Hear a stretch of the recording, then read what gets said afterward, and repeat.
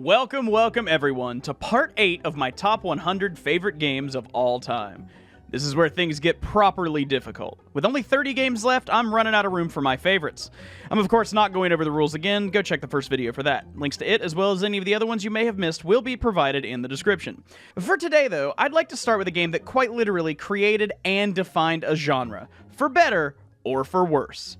And that game is, of course, the flawed masterpiece. That's the best description I can give for the original Dark Souls.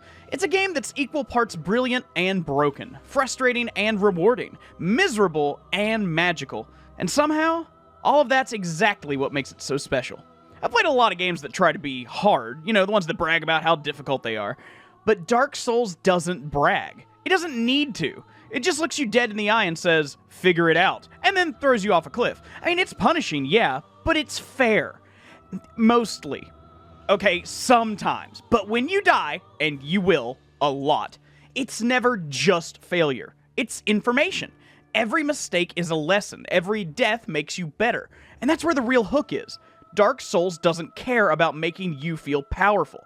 It cares about making you earn it. The world of Lordraine is one of the most fascinating settings I've ever seen in a game. It's haunting, it's desolate, and it is full of mystery. Now, there's no quest log, there's no compass, there's no glowing arrows, just this interconnected labyrinth of a world that loops back on itself in ways that feel like magic. The moment you realize one area connects to another in a way you'd never expect, that's some good level design right there. It's that perfect kind of world design that rewards curiosity. Every shortcut you unlock feels like divine revelation. And the atmosphere? Oh my god. Dark Souls doesn't rely on cutscenes or exposition. It builds its world through architecture, enemy placement, and quiet moments. You'll be wandering through some dark ruin, totally tense, and then suddenly you step outside into this open vista with that melancholic orchestral swell, and for a moment, it's so beautiful. And then a dragon breathes fire on you and you die. It is the full emotional experience. Now, the combat is weighty and deliberate. Every swing, every dodge, every parry matters. You can't button mash your way through this. You have to learn. You have to adapt. It's not about reaction time. Okay, well, it is about reaction time, but it's also about patience. It's about rhythm. And the way it teaches you without ever saying a word, genius. Dark Souls respects the player's intelligence in a way most games never even try to. It doesn't tell you how to win. It just gives you the tools and dares you to survive. And then there are the bosses. I mean, some of the most unforgettable encounters in gaming, period. I mean, Quelaag, Ornstein and Smo, Best Pupper, Gwyn, they're not just fights. They're moments. Every boss feels like the final exam for everything you've learned up to that point. And when you finally beat one after hours of getting obliterated, that victory screen doesn't just say, you defeated. It says, you did it. It's one of the most satisfying feelings in all of gaming. Now, of course, it's not perfect. Blighttown sure is something. The hitboxes can get janky as hell. The camera, exists. And don't even get me started on the hot garbage that is Lost Izalith, with some of the laziest design ever. But even with all those flaws, it still stands tall. Because what makes Dark Souls special isn't polish, it's purpose. Every mechanic, every shortcut, every risk feels intentional. Even its rough edges somehow add to the charm. It's like the game itself is testing you just as much as it's teaching you. And the story, or rather the way that it's told, is masterclass subtlety. Nothing is handed to you. You piece it together through item descriptions, background details, and half-mumbled NPC lines. It's not just a story you're told, it's one that you discover. It's tragic, it's beautiful, it's very cryptic, and it makes you feel like an archaeologist digging through the ruins of a forgotten world. And I think that's why Dark Souls hits so hard for so many people. It's not just a difficult game, it's a personal journey. It's about persistence, about learning through failure, and about finding triumph in hopelessness. It's a game that humbles you and empowers you all at the same time. When you finally link the first fire, it's not just the end of the game. It's proof you made it through something that wanted you to quit.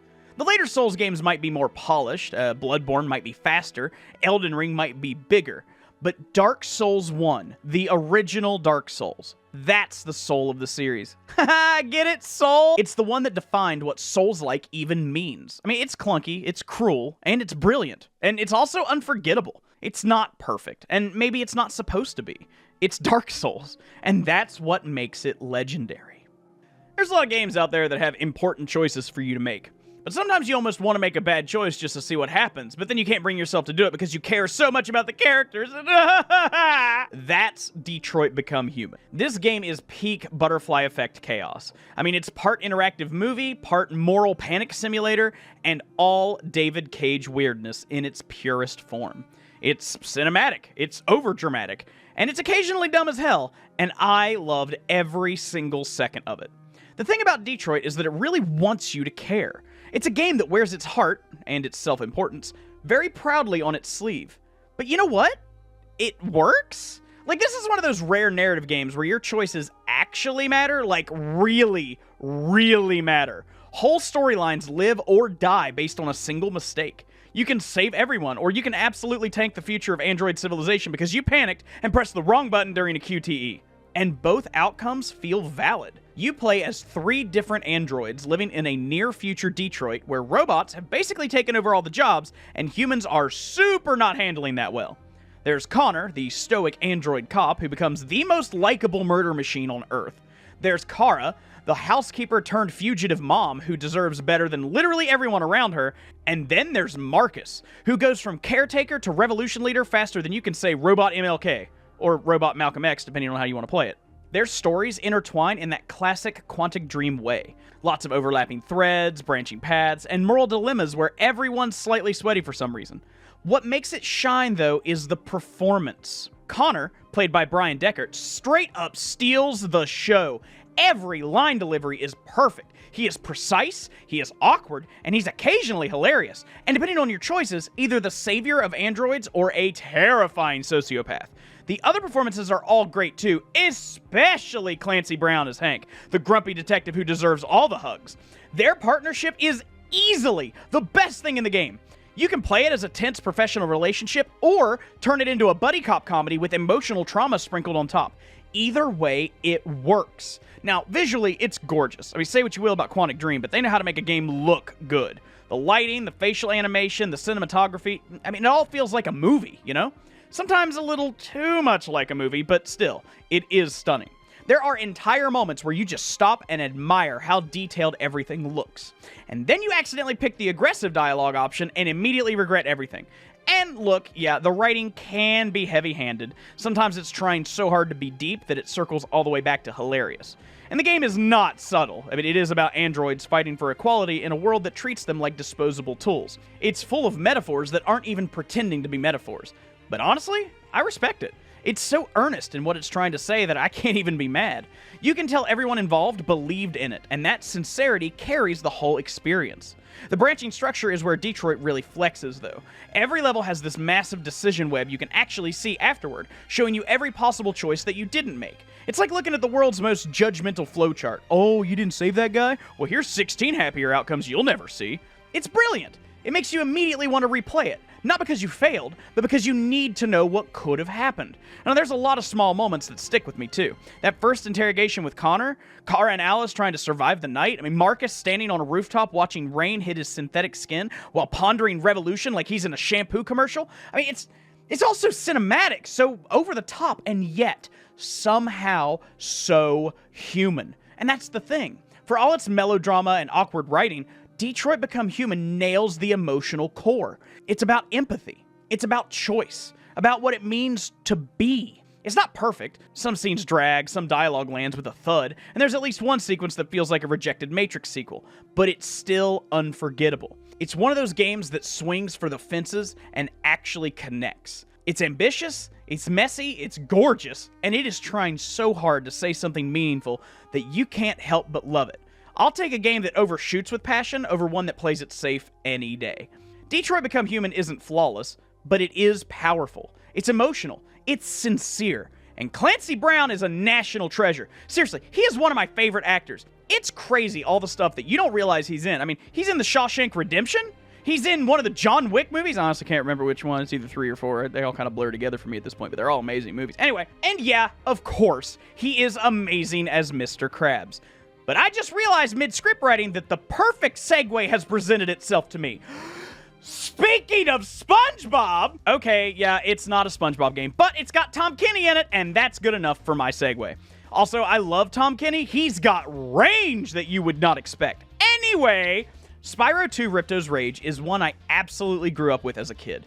And sometimes you go back to a game you have fond childhood memories of and realize, damn, this game still holds up. It's colorful, it's funny, and it's one of those rare sequels that does everything better than the original. It's the perfect example of a game that didn't reinvent itself. It just figured itself out. Now look, the first Spyro was already great, but Ripto's Rage, that's where it hit its stride. The controls feel tighter, the levels are more creative, and Spyro himself finally has personality. He's snarky, he's cocky, he's just a little too confident for his own good, and I love him for it. I mean, this is peak late 90s mascot energy. The setup is simple, and honestly, that's part of the charm. Spyro's on vacation, because of course he is, and gets accidentally teleported to another world that immediately needs saving. Enter Ripto, a tiny angry, wizard? Who looks like what would happen if you crossed a gremlin with an insurance salesman. He's mad at literally everything, especially dragons, and declares war on an entire realm because he can't handle being short. It's great! What really makes this game shine, though, is how much life there is in every single world.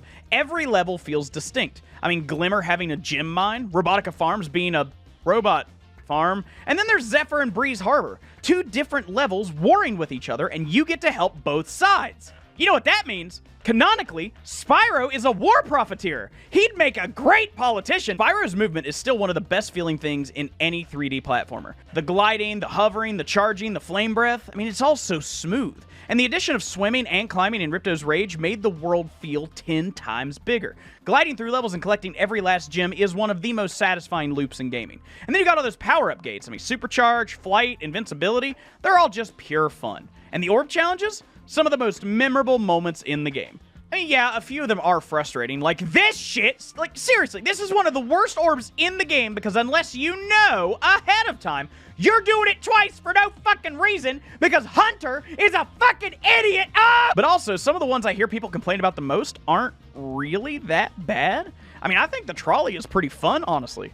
Oh, and speaking of Hunter, the characters in this game are great. Even the ones you hate. Especially you rat bastard! I mentioned Tom Kenny earlier because he voices half the characters in this game, I swear to God. But most notably, Spyro himself. Tom Kenny does an amazing job with every single role he has ever had, so of course he does great here too.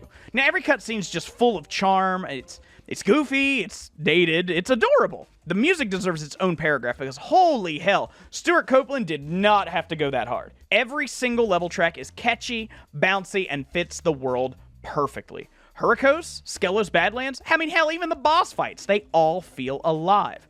Now visually for a PS1 game, Ripto's Rage still looks great. I mean, yeah, sure, everything's made of triangles and pixels the size of your thumb, but it's bursting with color and creativity. And the Reignited Trilogy remake? Gorgeous. Maybe less gorgeous in the controls department, but I'll never say no to a modern way to enjoy a classic. What I love most, though, is that Spyro 2 is just happy. It's one of those games that makes you smile the entire time. There's no pressure, no stress, no moral choices that determine the fate of humanity. Just a little purple dragon running around helping people and collecting shiny shit. Sometimes that's all you need. It's not deep, it's not dramatic, it's just joy. Spyro 2 Ripto's Rage is the definition of feel-good gaming. The controls are perfect, the worlds are fun, and the music is incredible. And the whole thing just radiates charm. It's cozy chaos, a perfect little time capsule for when games were allowed to just be fun. Speaking of games that are crazy fun, though, now I will admit, I was originally under the impression that the Yakuza series was just Japanese Grand Theft Auto. I don't know who told me that, but they were so wrong! Yakuza 0 is what happens when a serious crime drama accidentally eats a karaoke machine and the entire country of Japan. It is wild, it is heartfelt, and it is stupid. In the best way possible. And it is one of the coolest, funniest, most emotionally devastating games I have ever played. You play as two different protagonists. Kazuma Kiryu, the most stoic, honorable man to ever punch a parking lot into submission, and Goro Majima, who is what would happen if chaos itself put on an eye patch and learned how to dance. Now, both of them are absolute icons, and the fact this game somehow makes you feel deeply emotional about both of their stories while also letting you hit people with bicycles is nothing short of insane. I mean, at first, it's exactly what you would expect from a Yakuza story. Betrayal, power struggles, criminal politics, neon lights, and about 40 people smoking dramatically in slow motion. But then it just unravels. you'll go from a brutal cutscene about loyalty and morality straight into helping a dominatrix learn how to yell at her clients properly. I'm serious. You'll be crying one minute and breakdancing on thugs in the next. It's emotional whiplash in the best way imaginable. Now, what makes Yakuza 0 so special is that it is completely unashamed of its tone shifts. It's not ironic. It's not trying to, wink at the camera or some shit. It's just this beautiful sincerity that says, yeah, we're gonna tell one of the most dramatic stories you've ever seen, and also you can run a cabaret club and train your employees like you're running a small business simulator. And it works! Somehow it all works! The combat is amazing too. I mean, Kiryu and Majima both have multiple fighting styles you can switch between mid-battle. From precision strikes to wild street brawling to literally juggling enemies with traffic cones. And the heat moves? Oh my god! Every finishing move feels like a mini action movie. You grab a guy, you slam his head into a wall, and the game's like, yeah, woo! It's brutal, it's over the top, and it is stupidly satisfying. And the side content? Good lord. There is so much side content. You can play darts, you can sing karaoke, you can dance at discos, gamble, race toy cars, buy real estate, manage a hostess club, learn how to play pool, and somehow every single one of those activities is fun. I'm not kidding. This game has no business making bowling one of the best minigames of all time. And the funniest part? Every side quest, every single one, is treated like it's the most important thing that has ever happened. Some random chick will ask you to pretend to be her boyfriend to impress her dad, and the game plays it like a Shakespearean tragedy. It's amazing! But here's what really hits you. The story is actually incredible. Kiryu's arc is this slow burn crime thriller about loyalty, corruption, and identity, while Majima's story is about guilt, loss, and learning how to be yourself again. And both of them are told with such sincerity that you end up legitimately caring about these two disaster men more than most characters in primetime TV dramas. By the end, you are emotionally wrecked, but also weirdly inspired. And then there's, as the kids say, the vibe. 1980s Japan has never looked this good. The neon lights, the synth music, the fashion, it's pure aesthetic bliss. You can walk down the street, eat ramen, buy some ridiculous jacket, punch 5 dudes for harassing a girl, and then go sing karaoke with your whole soul. It's chaos. It's literal chaos. But it's warm chaos. And the soundtrack? Oh my god. Every boss theme goes way too hard. Pledge of Demon, Twin Dragons. You could drop any of those into a movie trailer and people would think it's the coolest shit they have ever seen. And then, when it wants to, the game just stops. It gets quiet. It hits you with those slow piano notes. The ones that make you forget about the insanity and remember just how emotionally charged this entire game is. That's the secret to Yakuza 0. It's not just fun, it's alive. It's a game that lets you feel everything. You laugh, you fight, you cry, you sing, you probably get kicked through a window, and then you dance to Friday Night. It's the full human experience, but with more heat moves. Yakuza 0 is the perfect example of how a game can be both absolutely ridiculous and genuinely meaningful. It's stylish, it's emotional, it is funny as hell, and it is one of the best prequels ever made. It is proof that sincerity will always be cooler than cynicism, especially when you're dropkicking a man while wearing a white suit. And I'd like to leave this one off with one of the coolest boss fight build-ups ever. Just check this shit out.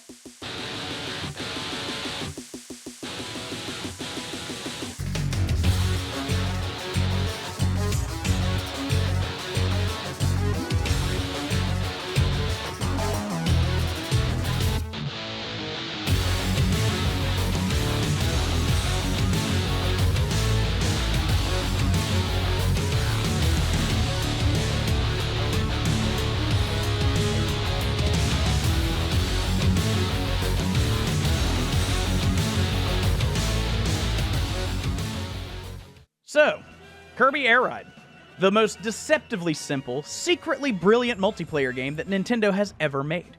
This thing looks like baby's first racing game, but if you've ever played it with actual humans, you know it is pure chaos. Beautiful, pastel-colored, friendship-ending chaos.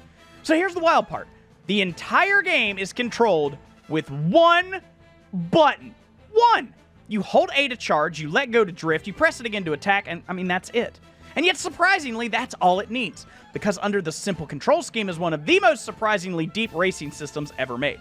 Every machine feels completely different. Some are fast but fragile, some are tanks that barely turn, and some, like the legendary Dragoon, basically turn you into a god among pink puffballs. Now, don't get me wrong, the actual racing mode is fun enough, but that's not why people remember this game. No, what everyone remembers is City Trial, easily one of the greatest multiplayer modes ever created.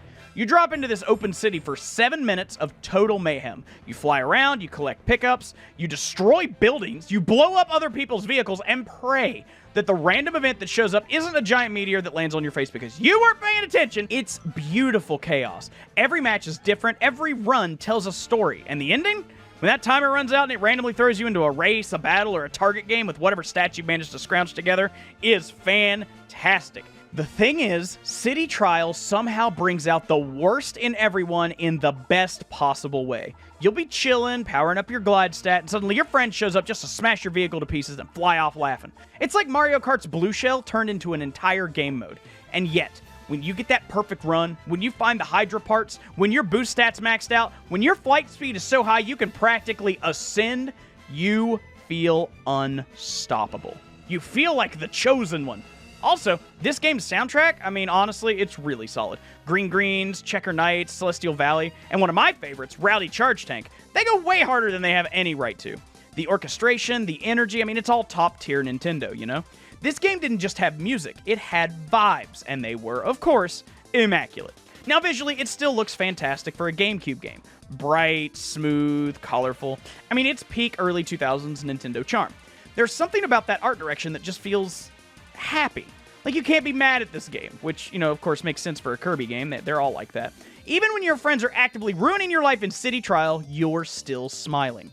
Speaking of your friends, guess what? I barely ever actually played this with other people. That's right, I still, to this day, treat this game as a single-player experience.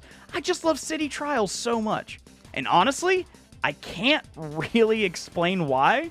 It's just one of those childhood things that I carried into adulthood.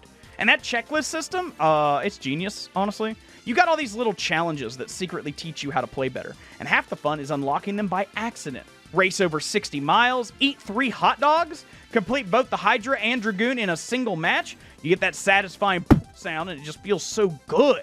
It's like Nintendo tricked you into completing a tutorial by making it feel like an achievement system.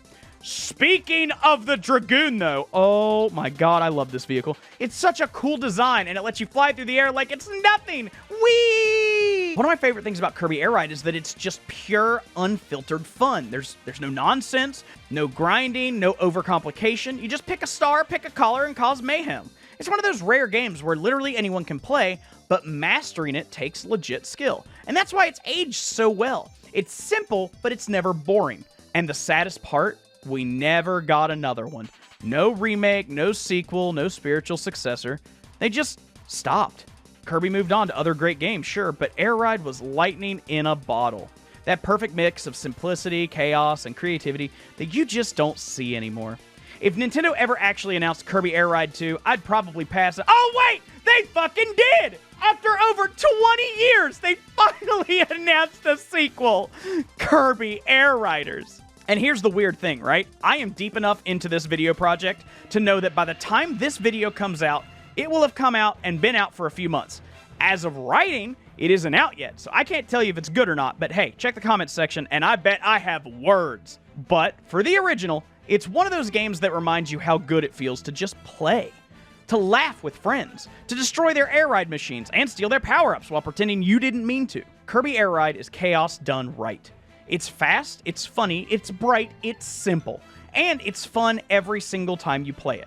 And the sequel will have multiplayer, so if it's fun, I'm gonna get lost in that for weeks. Please be good. I gotta start this one by saying that the entire trilogy is amazing. If not for my rules for this list, all 3 games would be on here. It was proper agonizing to only pick one of these amazing games, but I had to land on Jak 3, and I have several reasons for this. First, though, we do need to talk about the first 2 games just because of the evolution of the series. The original game, Jak and Daxter: The Precursor Legacy, was a really solid 3D action platformer. That was pretty much the extent of it, though the design of the game honestly could be its own video, and maybe we'll get into that one day. Jak 2, however, went way more edgy. A more involved story, more character growth, and it's got loads of platforming, sure, but a lot more action. Oh, and also guns! A lot of clear inspiration from Grand Theft Auto, which honestly I think was a good thing. Being able to zoom around the different city districts was super fun as a kid, and as an adult I can really appreciate the visual design of each area of the city. Now as for Jak 3, kind of just more of the same as Jak 2. I mean, it retains the edginess, though it is dialed down a bit. One of the biggest changes is the giant desert that you have to drive around in with 8 unique vehicles, which is cool.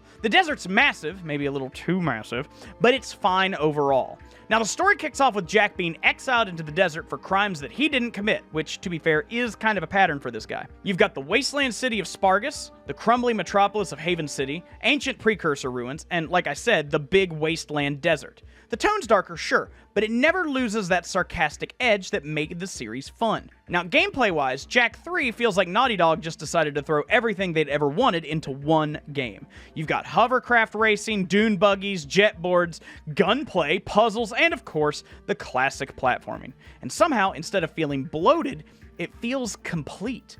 Every system flows into the next. You'll go from blasting metalheads in a city street to soaring over dunes in a sandstorm, and it just feels right, you know? But the real reason I rate this one above Jak 2 is the guns. Jak 2 had a total of 4 guns, right? Shotgun, rifle, minigun, plasma launcher. Okay, cool.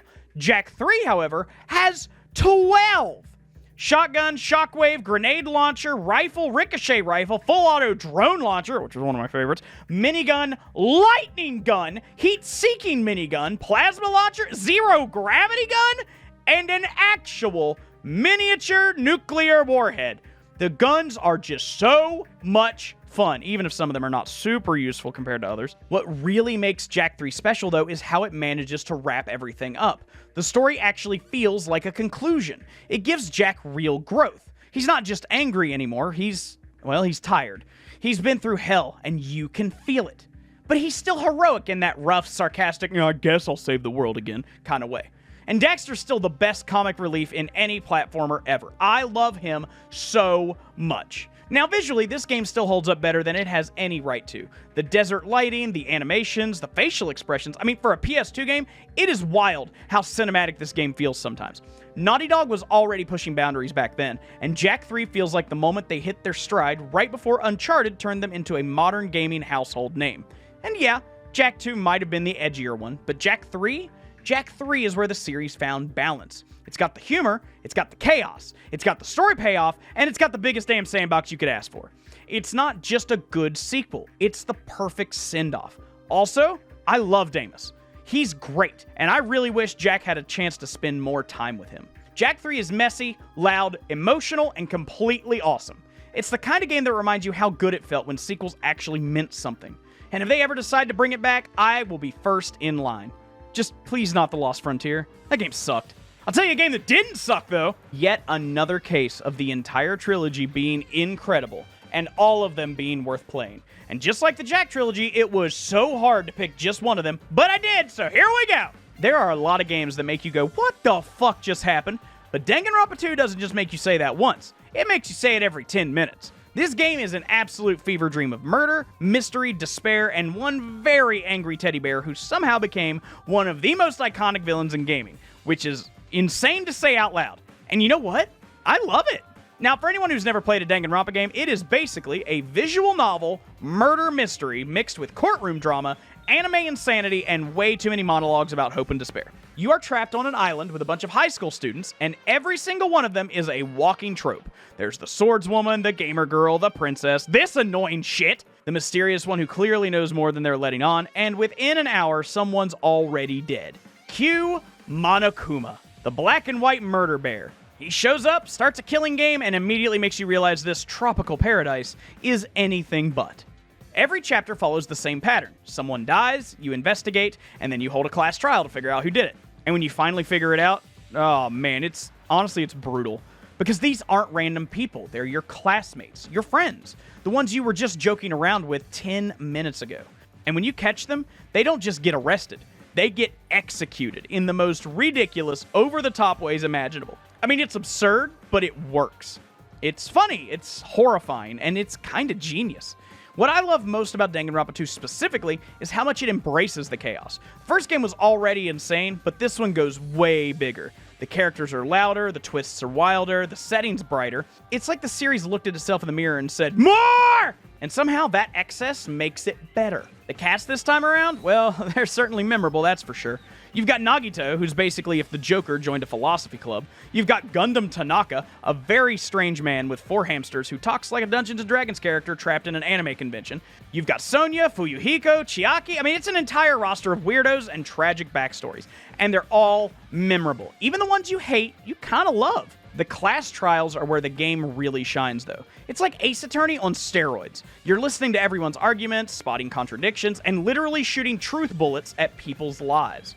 It's the most dramatic debate club of all time. The music kicks in, the tension ramps up, and you're sitting there yelling, "No, you're wrong!" at your screen like you're defending your dissertation in anime court. And the music? Oh my god, the music. Masafumi Takada went off on this soundtrack. Every track fits perfectly. The jazzy investigation themes, the pounding trial music, it's all so well crafted. It's stylish, it's catchy, and it somehow makes murder sound funky. But here's the thing about Danganronpa 2.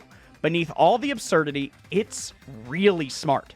It's constantly playing with your expectations. It uses its own structure against you. You start to think you figured out the pattern, and then it throws something completely new at you. There are moments in this game that genuinely shocked me. Moments where I had to just sit there for a minute like, wait, did they actually do that? And yes, they did. Now, without spoiling anything, the ending of Danganronpa 2 is absolutely wild. It goes from murder mystery to full-on existential crisis in record time. And it's somehow one of the most satisfying conclusions I've ever seen in a visual novel. It ties into the first game in ways that make your brain hurt, in a good way, and it leaves you with that perfect mix of closure and total confusion. The art direction, too, it's so incredibly distinct. The bright colors, the pop art style, the comic book text flying across the screen. It's like someone made a murder mystery using a bag of Skittles. It shouldn't work, but it does. That contrast between cheerful presentation and horrifying subject matter is what gives the game its identity. And honestly, I think that's what makes Danganronpa 2 so special. It's a game that shouldn't work. The tone is all over the place. The writing's ridiculous and the premise is absolutely insane. And yet, somehow, it all clicks. It's emotional, it's hilarious, it's disturbing, and it's full of heart. You'll laugh, you'll gasp, you'll scream, and by the end, you'll probably have an existential crisis. It's messy, it's brilliant, it's pure insanity wrapped in a hot pink bow. And even after all these years, it's still unlike anything else I've ever played. Danganronpa 2 is despair done right. Loud, ridiculous, heartfelt despair. Oh, and apparently this game is getting a remake? It's not out yet, but I hope it's good. But really, you should play the whole trilogy. They're all absolutely fantastic. Speaking of games you should play the whole franchise of... Okay, I lied. Maybe you shouldn't play every Metroid game, but if I could only pick one, it would without question be Metroid Prime. This is one of those games that just feels like a masterpiece the second you touch it. It's eerie, it's quiet, it's confident. It's Nintendo's golden era with a weird purple lunchbox. So picture this. It's 2002. Metroid hasn't had a new game in almost a decade or some shit. Fans are begging for another 2D classic. And Nintendo, in their infinite wisdom, says, hey, what if we made it first person? And everyone collectively lost their minds. But somehow, Retro Studios pulled it off. Not just as a shooter, but as one of the most immersive, meticulously designed experiences ever made. Oh, and get this, Metroid Fusion for the Game Boy Advance launched on the same day. What a fucking flex from Nintendo. But back to Metroid Prime. You play, of course, as Samus Aran, the galaxy's most dangerous bounty hunter and probably the coolest character in all of Nintendo. You land on the planet Talon 4, and instantly, you know this game is different. No flashy cutscenes, at least after the intro. No exposition dump. Just you, your visor, and an alien world daring you to explore it. And man, what a world. Metroid Prime is the definition of atmosphere. Every corner of Talon 4 feels alive. The rain dripping on Samus's visor, the fog from your charge beam, and even the faint reflection of her face when lightning flashes. It's like you're actually there. And that's the real magic of this game. Immersion. You're not just playing Samus, you are Samus. Every scan, every upgrade, every weird bug thing that jumps at your face, it's all through her eyes. It's not just a shooter, it's a first-person adventure. The scanning mechanic is brilliant. You can literally scan everything. Plants, creatures, lore entries, computer logs, and instead of it feeling like filler, It's fascinating. It gives you this creepy sense of discovery, of piecing together what happened to this world long before you got there. That's something Metroid Prime nails. Storytelling through environment. You're not told what happened, you learn it. You feel it. Yeah, that's right. Metroid Prime nailed this style years before Dark Souls even thought about it. The structure is pure Metroidvania, as you would expect, of course. One giant interconnected map full of secrets, locked doors, and upgrades that make you feel smarter every time you backtrack. You find a new suit, a new beam, or a new ability, and suddenly that door you passed 90 minutes ago starts haunting your brain. The way this game makes you remember places, that's good design. And let's talk about the soundtrack. It's ambient, it's haunting, it's alien. It's perfect. That Phendrana Drifts theme, it is so perfect for the area in which it plays. Actually, every area has its own sound identity. Chozo Ruins, Magmore Caverns, even the Talon Overworld, they all feel distinct, and they all hit emotionally in their own way. The bosses are incredible too. Big, intimidating, and weirdly creative. I mean, you're not just shooting weak spots. You're studying patterns, using your visor modes, and switching weapons strategically. Every fight feels like a test of observation and adaptability, not just reflexes. And when you finally beat one, that explosion of particles and sound design, well, it makes you feel like, well... What's wild is that for all its complexity, Metroid Prime never loses its pacing. It's slow, but it's deliberate. It's methodical. The quiet moments matter as much as the action. You'll spend 5 minutes just walking through an area, listening to the ambient hum and thinking, this is kind of beautiful. And then suddenly a space pirate ambushes you and your heart rate triples. It's perfectly balanced tension and tranquility. And can we talk about how good this game still looks? I mean, it's a GameCube game, and it somehow holds up better than most modern titles. The textures, the lighting, the HUD design, even the way the water ripples. It's art direction over graphics, and that's why it's timeless. The remastered version only made it better. It's stunning without losing the original's atmosphere. What I love most about Metroid Prime, though, is how it makes you feel. It's lonely, but it's not depressing. It's quiet, but never empty. It's that perfect sense of isolation that makes you appreciate every discovery that much more.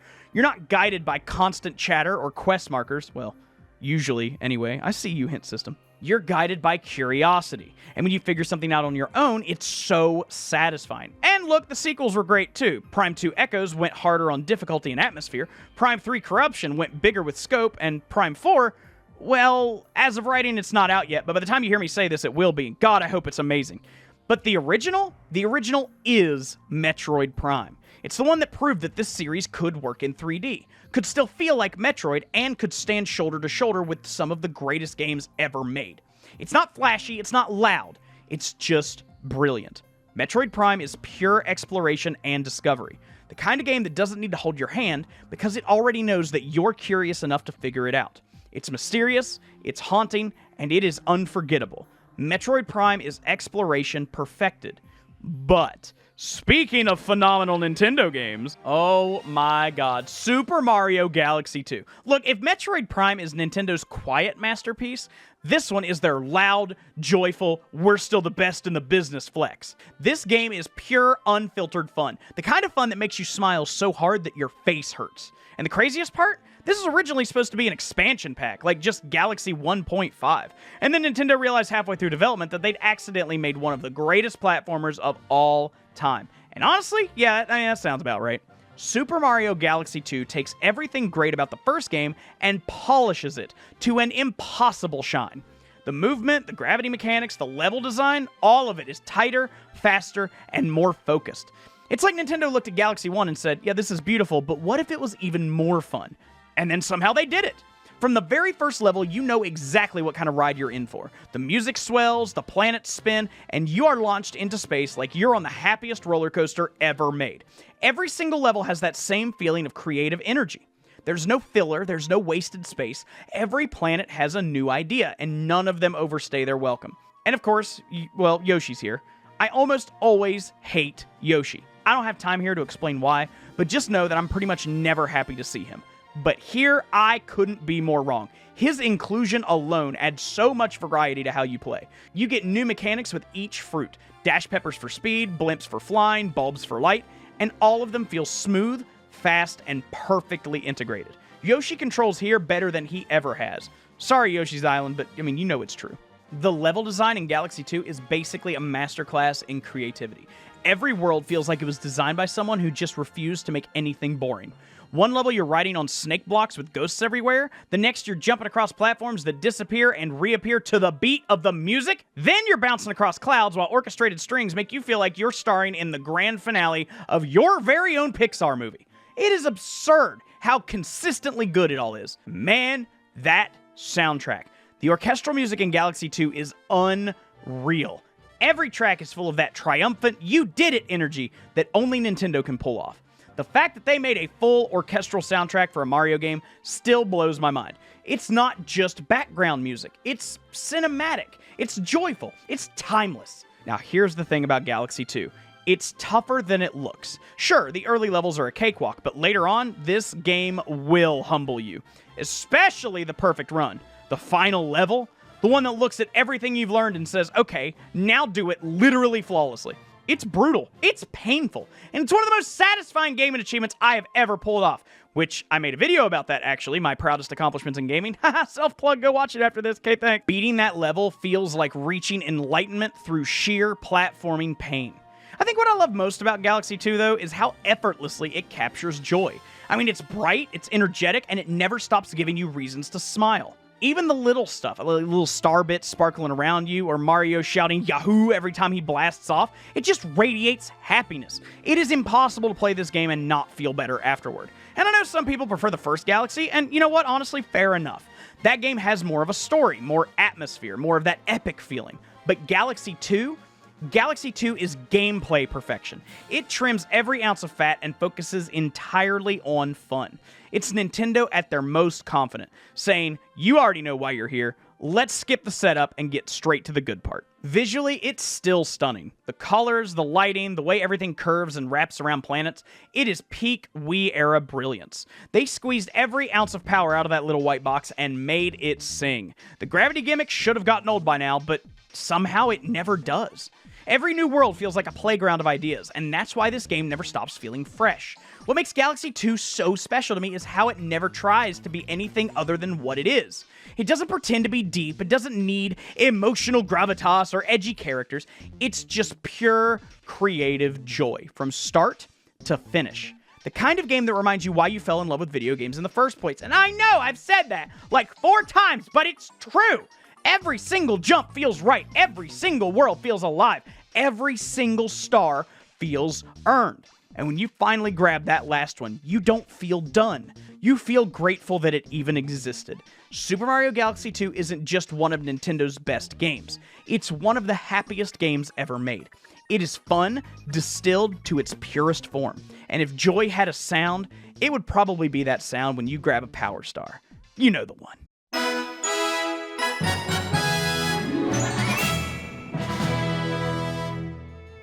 I'm sure it's no surprise to finally see a Zelda game on this list. I mean, most people would put at least one Zelda game on their list of favorites, and I am no exception to that. Picking my favorite, though? Well, you remember my one rule for this series, and luckily for me, there's loads of Zelda games out there, which means I get to pick 2! So while it's not my favorite, and don't worry, I'll tell you why, my second favorite Zelda game is, in fact, The Legend of Zelda: The Wind Waker. This game is pure comfort to me.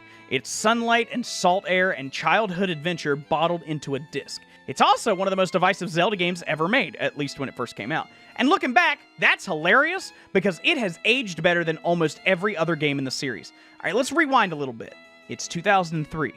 Nintendo shows off this new cel-shaded Zelda with a cartoon Link, and people lose their fucking minds. Alright, looks like a kid's game. Where's my realistic graphics? Bring back Ocarina!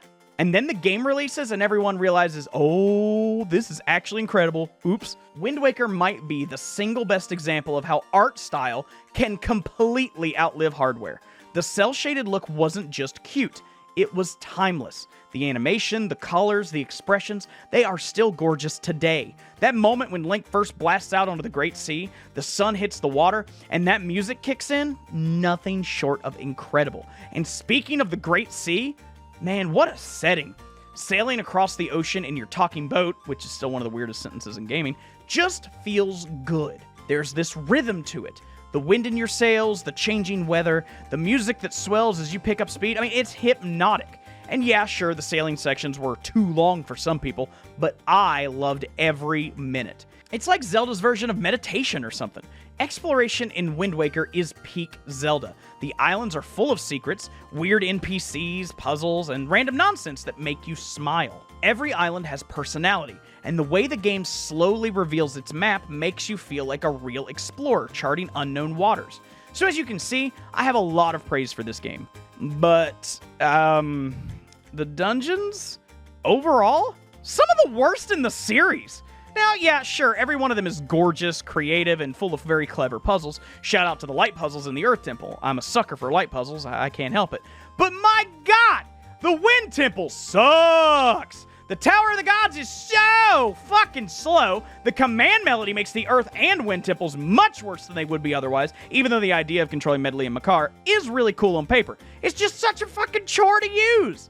Dragon Roost Cavern and the Forbidden Woods are fine, I guess, but not great, like I would expect from a Zelda game.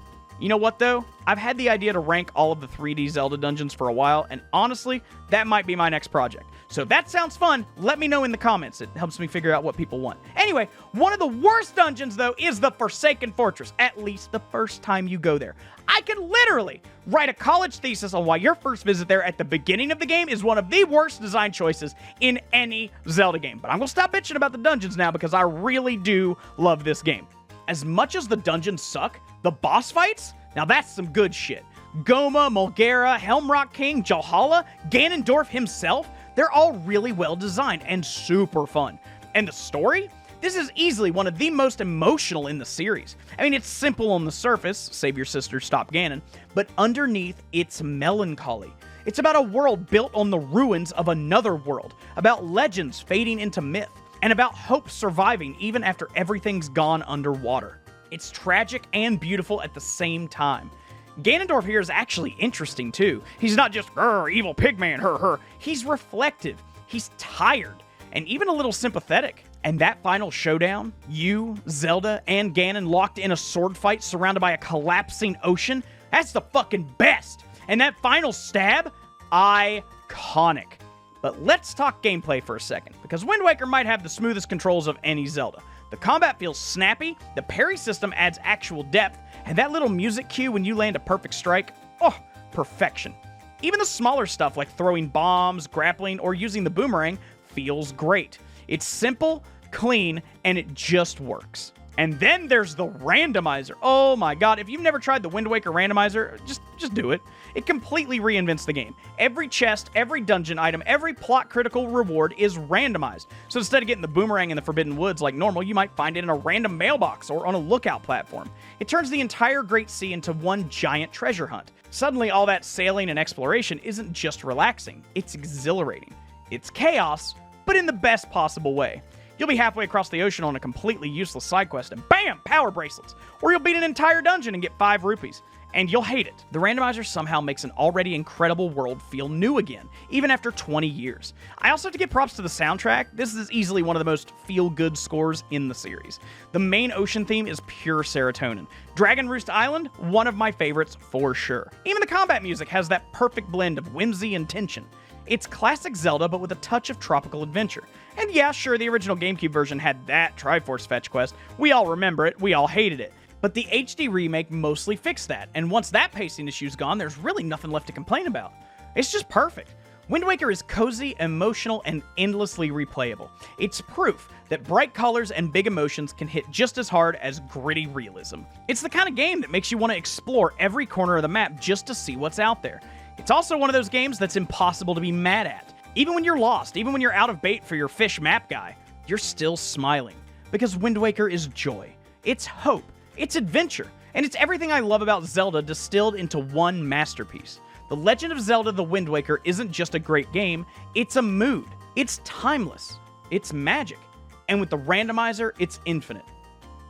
Yeah, I know a lot of really obvious choices on this one. Mario, Zelda, Metroid, Kirby. Oh my god, I didn't realize it was that much Nintendo stuff. Wow. Well, anyway, nostalgia's a hell of a drug, but I absolutely stand by my choices for this part.